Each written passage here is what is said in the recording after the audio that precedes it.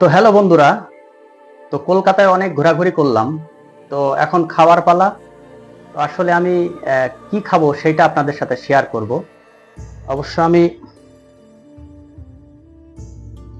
এখানে খাসির এই যে বিরিয়ানি কিনে নিয়ে এসেছি।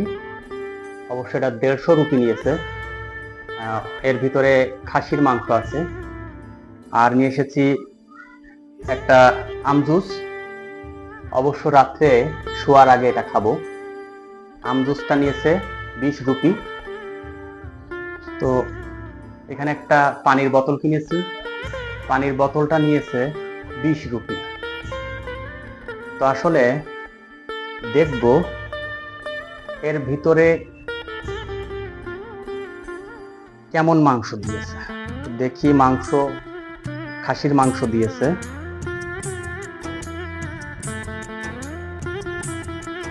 অবশ্য মাংসটা বড় আছে।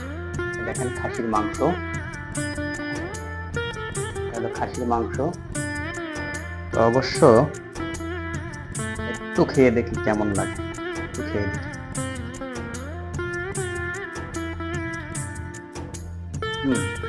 স্বাদ আছে, সুন্দর, খুব ভালো।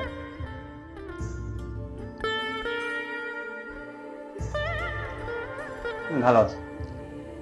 আর অবশ্য আপনাদের এই রুমটা দেখাবো, কোন রুমে উঠেছি এবং কত রুপি ভাড়া নিয়েছে সেটা অবশ্যই আপনাদের জানাবো।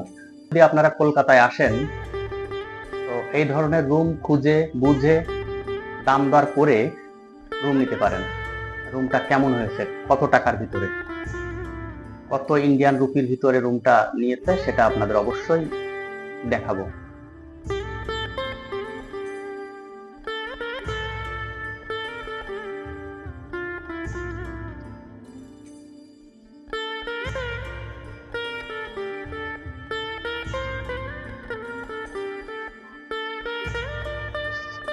বিরিয়ানি খেয়ে পাচ্ছি না, কারণ মনে হচ্ছে যেন অনেক হয়ে গেছে।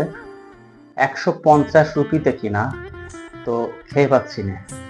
এই মাংস খাইছি, আর হাড় হাড্ডি আর কিছুটা আছে, আর এই যে খেয়েছি আর আছে, খেয়ে পাচ্ছি না।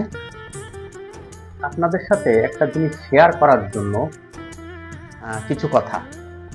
তো শেয়ার করা বলতে, এই যে এটা হলো কাঁচা ঝাল। আমরা বাঙালিরা, বাংলাদেশিরা এটাকে বলে থাকি কাঁচা ঝাল। তো আসলে আমার কাছে কেন জানি মনে হয় ইন্ডিয়ানরাই এর সঠিক নাম বলে থাকেন। আমরা বলি কাঁচা ঝাল, তার মানে এটা হলো কাঁচা এবং খাইলে ঝাল লাগে, তাই নাম হলো ঝাল। কিন্তু মূলত আসলে ইন্ডিয়ানরা এর নাম বলে থাকে লঙ্কা। এর নাম হচ্ছে কাঁচা লঙ্কা, খাইলে ঝাল লাগে, মানে খাওয়ার পরে ঝাল লাগে, এটা হলো অনুভূতি। কিন্তু এর নাম হচ্ছে লঙ্কা। কিন্তু আমরা বাংলাদেশিরা এর নাম বলি কাঁচা ঝাল, তার মানে ঝাল লাগে, তাই এর নাম দিয়েছি ঝাল। কিন্তু আসলে আমার কাছে কেন জানি মনে হয়েছে ইন্ডিয়ানরা সঠিক কথাই বলে, এর নাম হচ্ছে লঙ্কা, খাইলে ঝাল লাগে। আরো আছে, যেমন আমরা আম গাছে আম হয় তাই আম গাছ বলি, কাঁঠাল গাছে কাঁঠাল হয় তাই কাঁঠাল গাছ বলি। আমরা আসলে বাঙালিরা, বাংলাদেশিরা সহজে যে জিনিসটা চোখের সামনে পড়েছে সেই জিনিসটা যেমন সেইভাবে নামকরণ করা হয়েছে। কাঁঠাল হয় তাই কাঁঠাল গাছ, আম হয় তাই আম গাছ, ঝালে ঝাল লাগে তাই এর নাম কাঁচা ঝাল। কিন্তু আসলে এর নাম হলো লঙ্কা, খাইলে ঝাল লাগে। এবার আপনাদের রুমটা দেখাই। এখানে একটা বেড, দুটো বালিশ এবং একটা আছে কম্বল, সেই সাথে এখানে একটা চেয়ার আছে। অবশ্য চেয়ারের একটা হাতল ভাঙা। এখানে একটা টিভি আছে, তবে টিভিটা চলে কিনা আমার জানা নাই। অবশ্য দেখলে মনে হচ্ছে হয়তো বা চলে না। এখানে ফ্যান আছে, অবশ্য নন এসি। এদিকে আপনাদের বাথরুমটা দেখাই। বাথরুমে একটা কমোড আছে, অবশ্য একটা বেসিং আছে। আর উপরে আছে শাওয়ার। তো অবশ্য সব মিলিয়ে ভালো, কিন্তু আসলে খুব বেশি 100-র ভিতরে 100 দিতে পারছি না, 100-র ভিতরে 80 দেওয়া যায়। তো এদিকে একটা জালনা আছে। যেহেতু এখন রাত, এই জন্য বাইরের লুক বা বাইরের ভিউ হয়তো দেখাতে পাচ্ছি না সেরকম ধরনের। তো আসলে আমার কাছ থেকে এই রুমের ভাড়া নিয়েছে 600 রুপি। তো আমার মনে হয়েছে ঘর হিসেবে, রুম হিসেবে 600 রুপি ঠিকই আছে। তো আপনারা আসলে অবশ্যই যখন রুম নেবেন তখন সব কিছু দেখে বুঝে তারপরে দাম দর করে রুমটি নেবেন। কলকাতা থেকে বিদায়, এবার যাচ্ছি বনগাঁর উদ্দেশ্যে, কারণ বাড়ি ফেরার পালা। বনগাঁও এসে রুম নিলাম। তো রুমটা আসলে সিমসাম সুন্দর। তো রুমটা আমার কাছ থেকে 500 রুপি নিয়েছে, সেই হিসেবে ঠিকই আছে, চকচকা পরিষ্কার।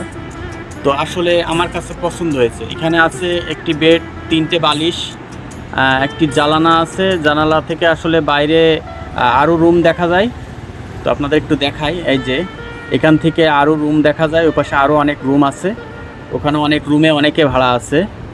তো আর আছে এখানে মনে করেন একটা আয়না আছে, একটা হ্যাঙ্গার আছে।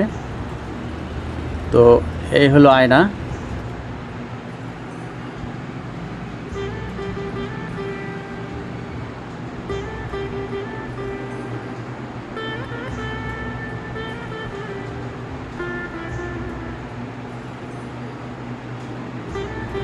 অবশ্য রুমটা নন এসি, এখানে এসির কোনো সিস্টেমই নেই। তো ফ্যান আছে, ফ্লোর টোলারগুলো খুবই সুন্দর। ফ্লোর হচ্ছে টাইলস বসানো এবং ফ্যান আছে। অবশ্য এসি নাই এই রুমে, এবং সিমসাম আসলে আমার পছন্দ হয়েছে। এখানে রাত্রি যাপন করার জন্য খুবই সুন্দর। আমি খাচ্ছিলাম, তবে খাইতে খাইতে মনে করলাম একটা ভিডিও করে নিই। অবশ্য রুটি এবং তরকারি কিনছি বনগাঁ বাটার মোড় থেকে। এই যে রুটি এবং তরকারি, তো খুব সুস্বাদু এবং সুন্দর লেগেছে। আমার কাছ থেকে রুটি এবং তরকারি দুইটা মিলে 60 রুপি নিয়েছে। 4টে রুটি ছিল এবং একটা বক্সে তরকারি। তো এটা রাত্রে খাওয়ার পরে শুয়ে পড়ব, সকালে উঠে অবশ্য আমি বাটার মোড় থেকে বিদায় নেব, নিয়ে যাব পেট্রাপোলে ইমিগ্রেশন হয়ে বাংলাদেশ, তারপরে বাড়ি। বাটার মোড় থেকে 40 রুপি ভাড়া দাম দর করে রিকশায় উঠে পড়লাম। এবার যাব হলো পেট্রাপোলের উদ্দেশ্যে রওনা দিচ্ছি। তো বিদায় ইন্ডিয়া। এবার ইমিগ্রেশন পার হব, তো যাচ্ছি পেট্রাপোলের উদ্দেশ্যে। এবং আপনাদের কাছ থেকেও এই ভিডিও থেকে বিদায় নিলাম। ধন্যবাদ সবাইকে, ভালো থাকবেন।